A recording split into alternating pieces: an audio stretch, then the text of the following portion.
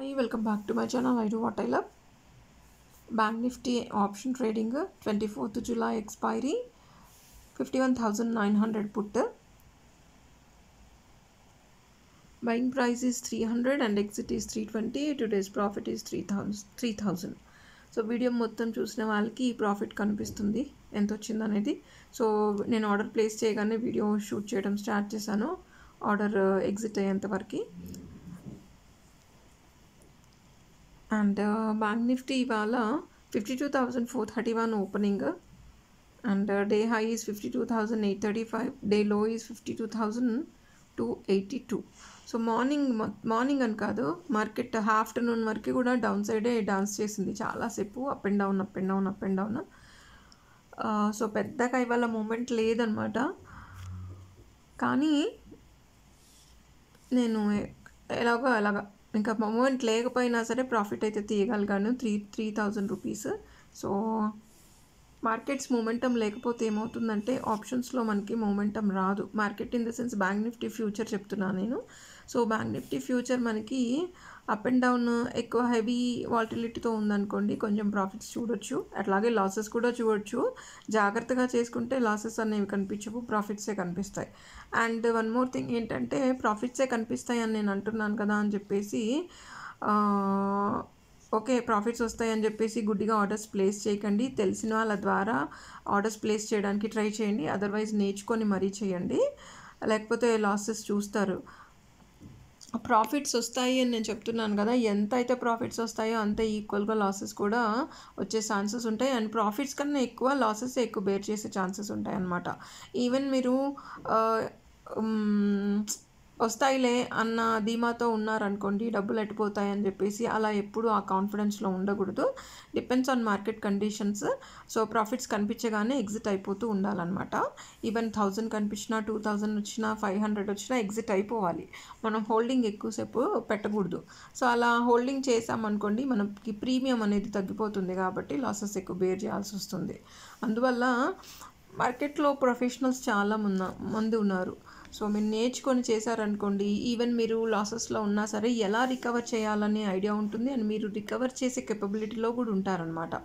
So ఇమీడియట్గా అదే రోజు చేయగలుగుతారు, రేపోతే నెక్స్ట్ డే కూడా ప్రాఫిట్లో ఉండటానికి ఛాన్సెస్ ఉంటాయన్నమాట. సో నేను రోజు ట్రేడ్ చేస్తాను, 2 or 3 or 4 అలా చేస్తూ ఉంటాను. Depends on market conditions. Market బాగాలేకపోతే ఆర్డర్స్ ప్లేస్ చేయను, మార్కెట్ బాగుంది అని అంటే ఆర్డర్స్ ప్లేస్ చేస్తాను అనమాట. సో ఎవ్రీడే మీరు 1,000 కానీ 1,500, 500 ఎంతో కొంత అమౌంట్ సంపాదించుకోవడానికి ఛాన్సెస్ ఉంటాయి. మార్కెట్ని ఎప్పుడు మనము మార్కెట్ గ్యాంబ్లింగ్, మార్కెట్ బాగుండదు, మార్కెట్ డేంజర్, మార్కెట్లో డబ్బులు పోతాయి అని చెప్పేసి అంటూ ఉంటారు. అది కరెక్టే, కానీ అది ఎందుకు జరుగుతుందంటే మనం నేర్చుకోకుండా గుడ్డిగా ఆర్డర్స్ ప్లేస్ చేస్తాం కాబట్టి అలా జరుగుతూ ఉంటుంది. ఎప్పుడైనా సరే మార్కెట్స్ టూ హైలో ఉన్నప్పుడు మనం ఆర్డర్స్ ప్లేస్ చేయకూడదు అనమాట. మనం ఆర్డర్ గ్రాప్ చేయడానికి వెయిట్ చేయాలి, ఎంత తక్కువలో దొరుకుతుందా అని చెప్పేసి వెయిట్ చేయాలి, తొందరపడకూడదు. ఇవాళ కాకపోతే రేపు వస్తుంది ఇంకొక ట్రేడ్, అంతేగాని ఈరోజే మనకి కావాలి అని చెప్పేసి మనం మార్కెట్తో పాటు పరిగెత్తి ఆర్డర్స్ ప్లేస్ చేసామనుకోండి, ఉన్న డబ్బులు కాస్త పోతాయి, అంతే, ఇంకా చేసేది ఏమి ఉండదు అనమాట. డబ్బులు పోయినాయి అని చెప్పేసి అనుకోవడం తప్పితే, మార్కెట్ని బ్లేమ్ చేయటం తప్పితే ఇంకొకటి ఉండదు.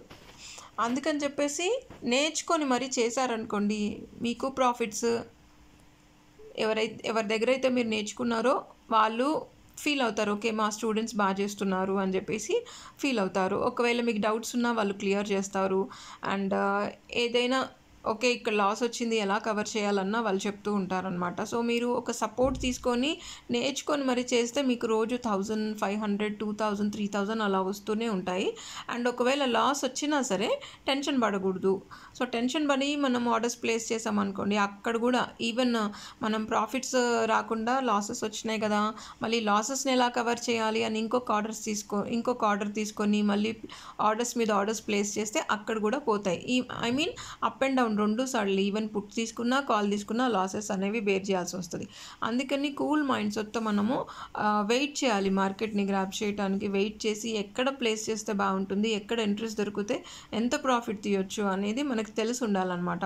సో అలా తెలుసుకొని మనం ఎంట్రీస్ తీసుకున్నాం అనుకోండి, ప్రాఫిట్ అనేది మనకి ఎక్కడో ఒక చోట కనిపిస్తూ ఉంటుంది. అందుకని జాగ్రత్తగా చేస్తే డబ్బులే డబ్బులు, అజాగ్రత్తగా చేస్తే మాత్రం నష్టాలు. అందుకని నేర్చుకొని మరి చేయండి. డైరెక్ట్గా ఎవరు అటెంప్ట్ చేయకండి.